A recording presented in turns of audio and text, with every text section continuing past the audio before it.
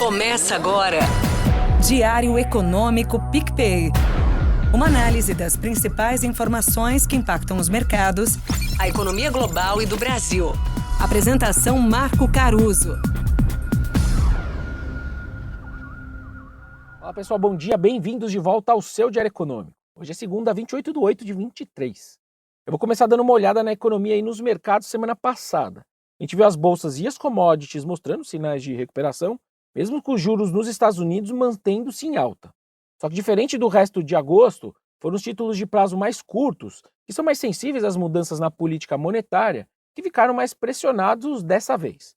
Parte veio em resposta às mensagens mais cautelosas que a gente viu dos diretores do Fed lá em Jackson Hole no fim de semana e na sexta, incluindo o presidente Jerome Powell. Eles ressaltaram que a batalha contra a inflação ainda tem um longo caminho pela frente e também que a economia precisa desacelerar, podendo então o Fed apertar os juros de novo se ele achar necessário. O mantra então segue o mesmo. O próximo passo vai depender dos indicadores econômicos que vão ser divulgados, por exemplo, essa semana. Mas eu já volto aqui nesse ponto. A Christine Lagarde, que é a presidente do Banco Central Europeu, também fez questão de afirmar que vai subir os juros conforme necessário. Na sua fala, nesse mesmo simpósio aí de banqueiros centrais, ela disse que os juros vão seguir elevados até que a inflação atinja suas metas. E vejam que isso veio mesmo depois que novos números fracos da indústria e do setor de serviços na Europa levaram os mercados a achar que ela daria uma amaciada no recado. A verdade é que, diferente do Fed, o Banco Central Europeu em nenhum momento deu brecha para esse tipo de especulação. A Lagarde não tem hesitado como o Powell fez no passado.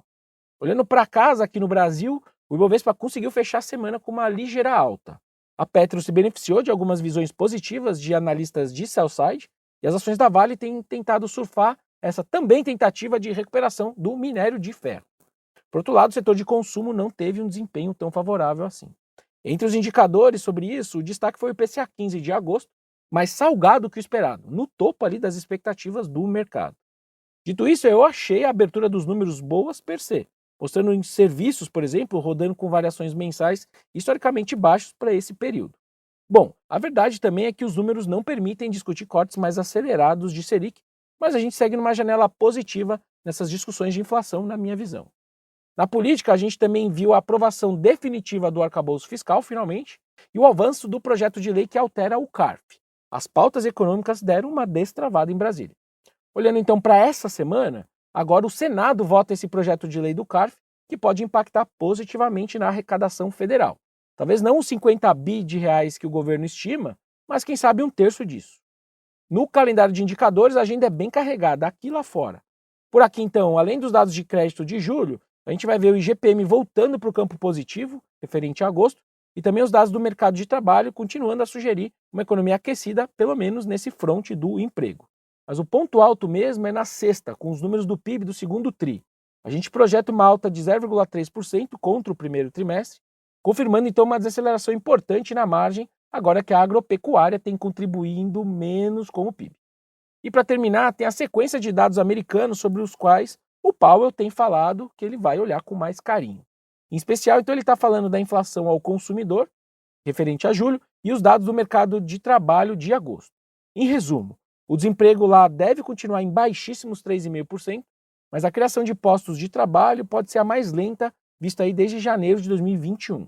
O núcleo de inflação para o consumidor vai voltar a acelerar para 4,2% ao ano, acima da meta do Fed de 2%, mas com uma variação mensal de apenas 0,1%. E o PIB americano do segundo trimestre deve crescer 2,5% anuais, sem sinal algum de perda de ímpeto.